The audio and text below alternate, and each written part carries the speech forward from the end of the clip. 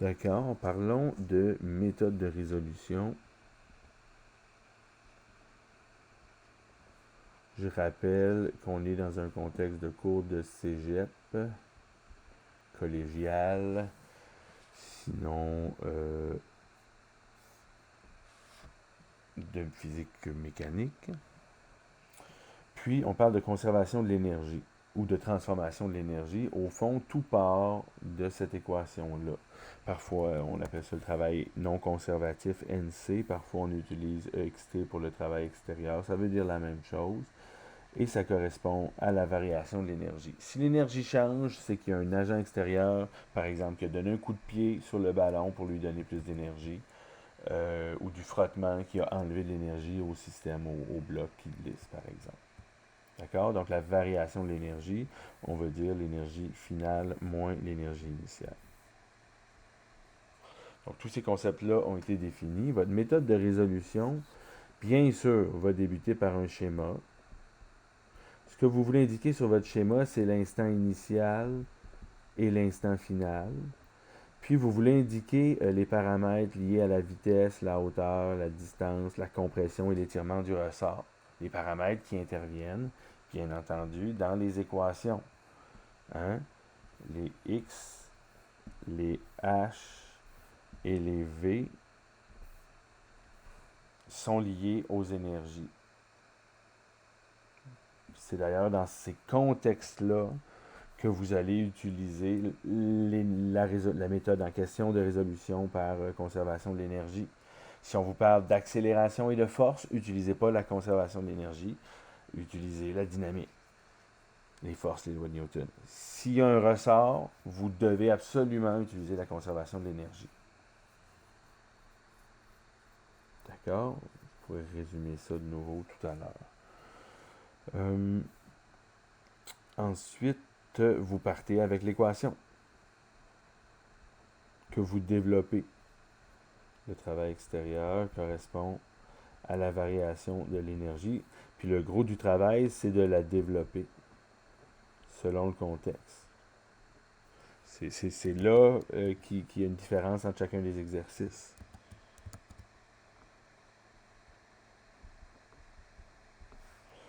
Je pourrais spécifier, là, certains préfèrent utiliser le travail total qui correspond à la variation d'énergie cinétique. C'est une autre façon d'aborder.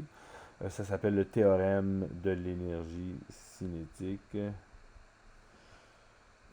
C'est souvent présenté en premier dans un chapitre sur le travail. Le travail est un transfert d'énergie cinétique. Puis, dans le travail total, ben là, il y a les frottements, il y a les agents extérieurs qui sont non conservatifs, puis il y a les travails faits par la gravité et les ressorts qui sont, eux, conservatifs. Puis là, ben, on définit des énergies potentielles pour la gravité et le ressort, puis on les envoie de ce côté-là. Ils se retrouvent avec l'énergie, puis voilà où est-ce qu'on est quand on aborde un exercice avec la conservation de l'énergie. Ça ici, le théorème de l'énergie cinétique, c'est comme, si on veut, l'ancêtre. C'est une façon de voir la conservation de l'énergie euh, d'une autre façon. Mais c'est un ou. Hein. Vous pouvez, si vous voulez, utiliser le travail total et inclure tout. Le travail fait par la gravité. Là, faites attention aux équations, il y a des moins dedans. Le travail fait par les frottements, les agents extérieurs qui sont non conservatifs. Moi, je vais vraiment préférer, dans tous mes exemples, utiliser la conservation de l'énergie telle qu'encadrée en rouge. Une fois que vous avez développé selon le contexte, ça veut dire est-ce qu'il y a un ou deux objets, est-ce qu'il y a des variations d'énergie gravitationnelle, si l'objet monte, descend, ou si c'est sur une table de billard et que tout est à la même hauteur, ben ça ne variera pas. Est-ce qu'il y a des ressorts? Est-ce qu'il y a des vitesses initiales à la fin, au début, des vitesses initiales, finales à développer?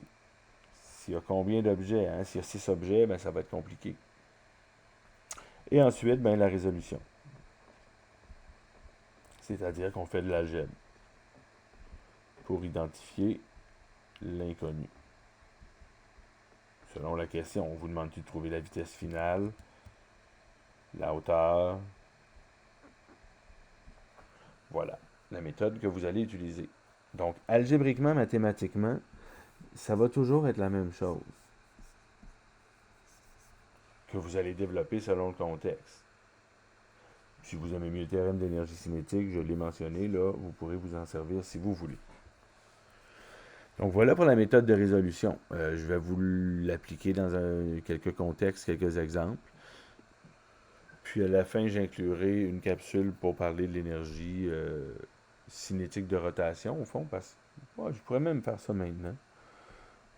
Juste mentionner que l'énergie cinétique de rotation, si vous avez un objet qui tourne, ben c'est une demi, au lieu de m, le moment d'inertie, comme on a fait pour la dynamique de rotation, et au lieu de v, la vitesse angulaire. Donc si vous avez une poulie ou une roue qui tourne, ben vous utilisez le bon i pour la forme de l'objet. Puis bon, pour le i, tout ça, ben, vous pouvez aller voir ça dans les capsules antérieures. Là, le i, on l'a présenté dans la dynamique de rotation. Et puis si vous avez un truc qui tourne, ben, vous avez un terme de plus dans votre développement.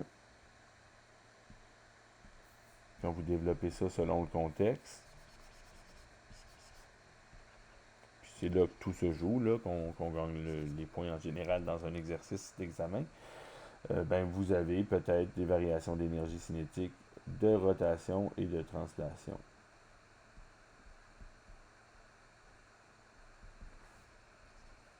Donc, c'est pas beaucoup plus compliqué à inclure dans le développement. Si un objet qui tourne, on inclut un terme de plus qui est l'énergie cinétique de rotation. Donc, voilà pour cette capsule-ci. Je vais enchaîner avec quelques capsules d'exemple.